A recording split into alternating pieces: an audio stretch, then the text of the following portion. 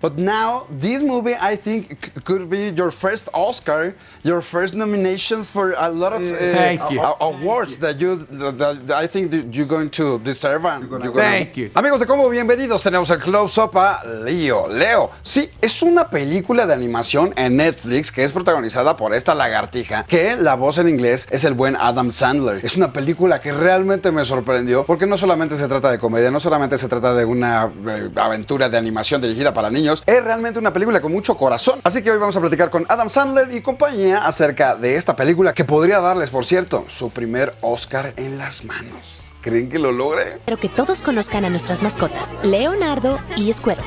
No voy a tocar esas cosas. Hello, Adam. Good to see you, Alex. What have you got behind you? I don't want to waste your time, but what's all that behind you? Everything. It's my universe, the multiverse of the movies. Bien, un año más y otro grupo de niños lelos de último grado. Es cosa de acostumbrarse. So it was an amazing experience to watch your film because you have a lot of styles, obviously, with the comedy, but this has a lot of heart. Yeah. That's make me very happy for my kids and for everybody that are going to watch it.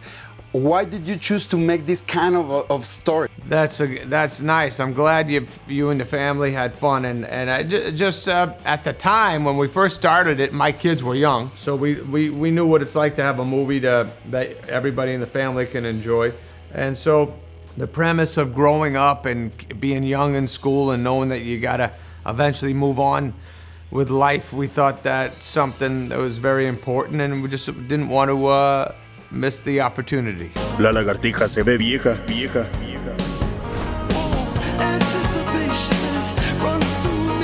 Me veo viejo. Gracias.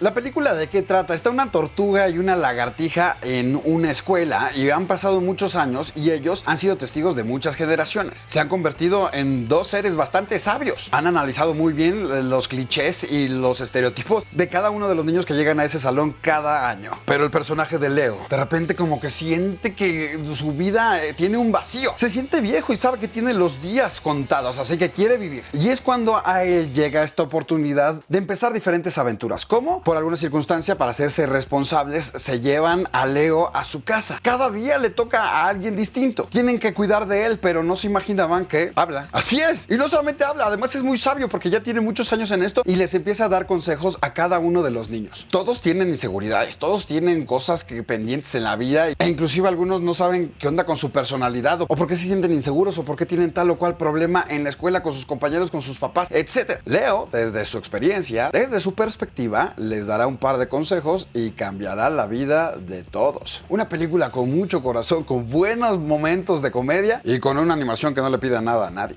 It has a lot of message for the young kids and for all the family. Yes. I mean, I know as a kid, I wish I could have had somebody that I would have felt comfortable enough to really share my biggest fears with. And, but I didn't. I was just funny and I used to get by that way. Like, you know, I would get kids to like me because I was just funny and made fun of everybody. But and now I have kids. I had kids that were starting like 4th grade when I wrote this movie. I knew them, I know their friends, I know teachers, I know parents. All of that went into creating this world, and I just love the idea of doing it all from the perspective of this grouchy old class pet who just sits there and everybody thinks he's just doing nothing, but he's just like, yep, there's the tween queens, yeah, there's the always sick and should have stayed home kid, but mom's got a Pilates class and she's not missing it, you know. I love that, and I love then the fact that they butt heads, that like you get to see this guy help these kids with their problems, which are so minute, some of them, but seem like the most important thing in the world when you're 11 years old. Definitely. I mean, I think that's my favorite part of the movie. You know, I've worked in comedy forever, so it's always exciting to be part of something funny. And Adam Sandler has just been the best at what he does for so long. But this movie has so much heart, and it was so sweet, and that's really what immediately drew me to it. A darle.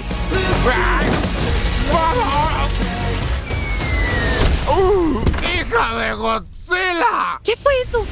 How did you choose your projects? Because I know that you make this deal with Netflix a long time ago. Yeah. But you have a lot of kind of movies with drama, with comedy, with this animation. How did you decide which going to appear in the next? Oh man, I have no idea. It just kind of maps out a certain way. When you make an animated movie, they take forever. This thing took. We were working on this movie for many years, 5, 6, 7, 8. I don't even know.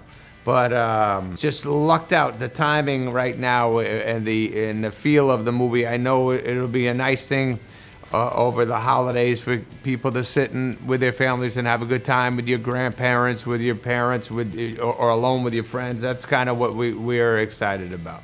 But I think this is not just a movie. You have a lot of movies in your career and you make a lot of entertainings. But now, this movie, I think, could be your first Oscar, your first nominations for a lot of awards that I think that you're going to deserve. Thank you. We're very proud. I'm telling you, everyone who worked on it, there's hundreds of people who worked on it. Everybody has pride about it. We all love Leo. We love Squirtle. We all love everybody in the movie, and it's just a good feeling when people have a good time watching something. ¿No comen, duermen y hacen popó en el mismo lugar? Oye, hago del baño en su cama. That thing that I find very curious, it's that all like everybody, like all the generations, we have feelings, we have insecurities and that kind of things. Yeah. But these kids are kind of alone. The parents and the teachers are like I don't know, like something out of the problem, and they have to find another friend to have this kind of chats, to have this kind of guidance. How did you decide that? I just thought, I guess, I loved Peanuts, Charlie Brown, when I was a kid.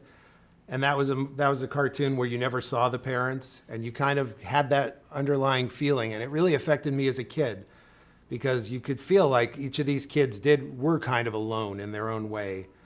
And they were just running around without guidance like little adults, and Charlie Brown would just basically share his feelings with us, the audience, sometimes with Linus, but no one else. And that I just could relate to that as a kid, and I can relate to it as an adult. And so I love the idea of teaching kids in the most silly way that they shouldn't be afraid to find somebody to share their feelings with. ¡Tú dijiste algo! ¡Mamá! ¡No! Tengo que ¡Ya decir sé! mamá, pero... ¡Nadie puede saber!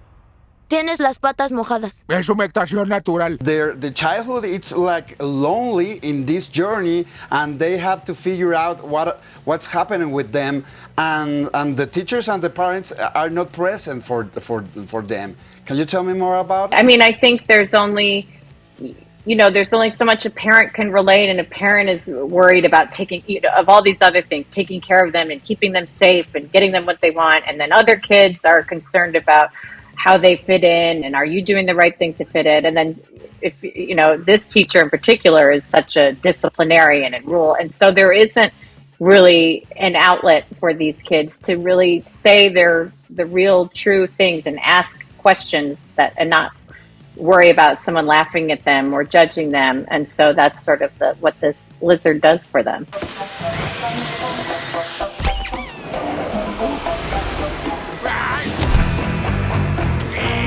Adam Sandler no solamente es el actor que le da vida en inglés a Leo, también está detrás de todo esto su productora Happy Madison, haciendo más entretenimiento con este deal que hizo con Netflix hace varios años. De esto y más platicamos con Adam para que nos diga por qué meterse con Sansón a las patadas si sabemos que la animación está dominada por un par de estudios y no más. En esta ocasión parece que lo hicieron muy bien. But it's a hard competition because animation has these big monsters, sure, and you go and compete with them. Sure. Why did you decide to do it? Man, I don't even know. You don't really think about that stuff. You think about just the people watching it and having a good time. That's who I care about. Kids sitting with their buddies and having fun. That's what you're thinking about. Then that other stuff who knows? Who knows what will happen? Un animal quiere estar encerrado. Desperdicié mi vida.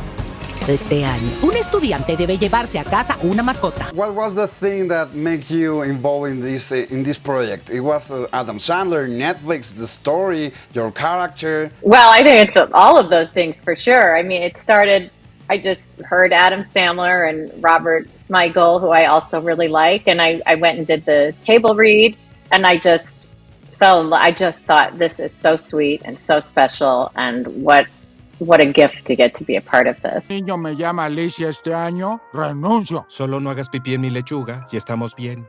No sé, presiento que este año va a ser diferente. Yeah, and with a lot of comedy, because this is a movie for all the family, but it has a very unique humor with very black humor, and it's like Leo, it's an anti-hero, you know? Yes. Because he say everything that he feels or he thinks with exactly. He's very he's got nothing to lose, you know. He thinks he's gonna die, so he's got nothing to lose. He's just like, listen, you know, you need to start asking kids questions, and then maybe they won't, or you know, listen, look, you're not as great as you think you are, you know, nobody is. That one, but the rich girl, you know, who thinks she's better than everyone else. He's like, nobody's better than anybody. Nobody's worse. And that kind of thing. He's got nothing to lose by saying all this. So it's great to see that kind of, those two worlds collide. You know, the innocent kids who have no idea how some of their problems are really easy to solve. And then this old lizard who had no idea that he was capable of helping people, you know, and that becomes his purpose in life. Es el primero, por lo general salen adelante, pero está bien, estás creciendo.